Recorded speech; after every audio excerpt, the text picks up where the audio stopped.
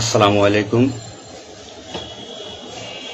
আমি আজকে আপনাদের সামনে কিছু গুরুত্বপূর্ণ কথা এবং কিছু অনুমেয় কষ্ট এগুলো বলার জন্য এসেছি। আমি একজন পুলিশ সদস্য।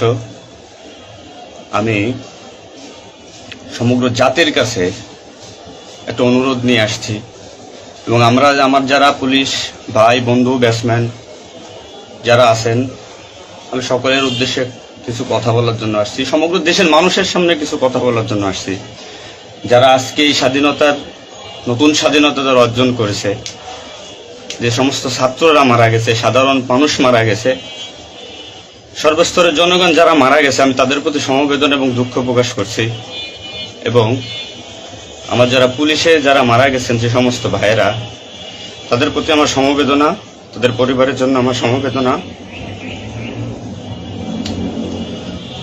তো আমরা নিম্নপদস্থ কর্মকর্তারা যারা ডিপার্টমেন্টে চাকরি করি, আমাদের আদেশ মানতে হয়, নির্দেশ শুনতে হয়।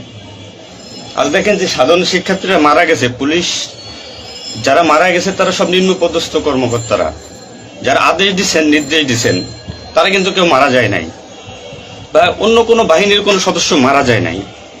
তো এখানে একটা প্রশ্ন থেকে যাবে, পুলিশ কেন পুলিশ কেন হয়? Police is so called. Police আজকে দেশের জাতীয় ভিলেন।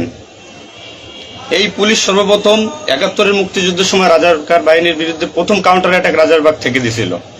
আর সে গৌরবময় ইতিহাস উজ্জ্বল পুলিশের আর জাতীয় ভিলেনে পরিণত করছে কিছু স্বার্থান্বেষী মহল। আমাদের পুলিশের কিছু স্বার্থবাদী পুলিশ কর্মকর্তারা যারা বড় বড় চেয়ারে বসে, বড় বড় জায়গায় বসে আমাদেরকে ব্যবহার করে তাদের স্বার্থ উদ্ধার করছে।